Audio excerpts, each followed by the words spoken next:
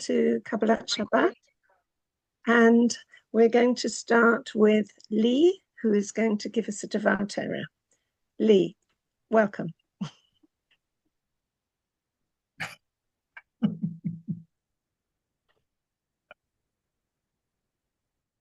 Get talking, Leigh. Yeah, all right. Unmute yourself, Leigh. I'm not. I am unmuted. I hope you can hear me, can't you? Yeah. Good.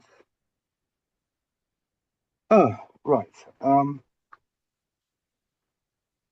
Just playing around. Good Shabbos, everybody.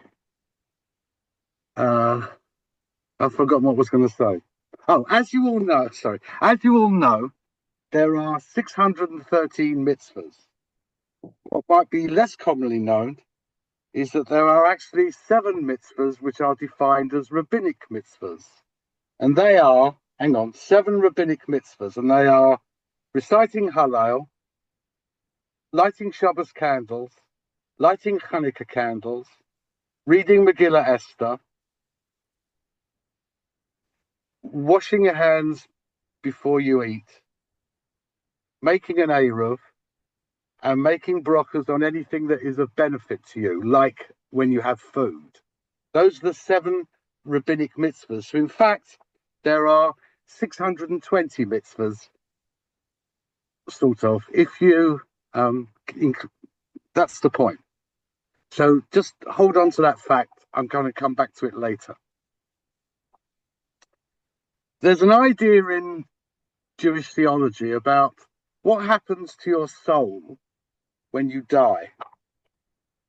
Not a really happy subject, but there we are. But the idea is that your soul goes into sort of a limbo area and remains there until the coming of Mashiach, when all the dead will arise and the people will come back to life and they will be able to fulfill the mitzvahs and have a great time in the world to come with the Mashiach around and be able to fulfill the mitzvahs.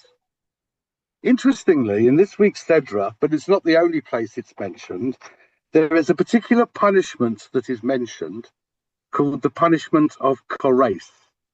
And it is always translated as being cut off. In this week's Sedra, near the beginning, it talks about if you come into contact with a dead body and you do not purify yourself, it says, V'nichrasa hanefesh hahi mi Yisrael, and that soul will be cut off from Israel. What does it mean, cut off? What does it mean that the soul will be cut off? And the idea is that it's a punishment that is imparted by HaKadosh Baruch Hu, and therefore, if you're not in a state and you are given the punishment of Kores, that you don't come back to life, and you spend the rest of time effectively in hell, watching everybody else celebrating and having a good time, having a good life, fulfilling mitzvahs and having a wonderful, carefree time. But the real question is, why is the word Kores translated as cut off? And why is that the word that is used? The answer is quite simple, having opened up with the way I did, in that there are 620 mitzvahs. Because the punishment of Kores is Chof, Reish, Tov. Chof is 20, Reish is 200, and Tov is 400. The punishment itself has a numerical value of 620, signifying that you are cut off from fulfilling the mitzvahs. Your soul is cut off from fulfilling those mitzvahs in the future once Mashiach comes. That's why that is the word. That's how important it is.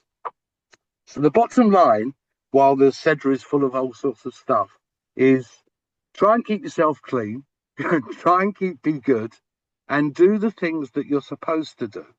Because we don't know what the afterlife, the next world, or when Mashiach will come. And we don't really want to be an outsider. We don't want to suffer from FOMO, fear of missing out, while everybody else is having a good time forever and ever. And we're just standing there watching and unable to participate. The punishment of Kares is mentioned numerous times in the Torah. It's mentioned in this week's Sedra, as I said, specifically. And it is a serious thing, because we never know why or what. But if we do things right, and hopefully we follow the Torah, and God will not impart that punishment on us. And we will be able to enjoy the world to come with our friends, with our relatives, with our loved ones who are long gone, and come back together to fulfill the mitzvahs, enjoy the Torah, and hopefully in a world which will be much better than it is currently as it is now. Enjoy it. Have a good Shabbos.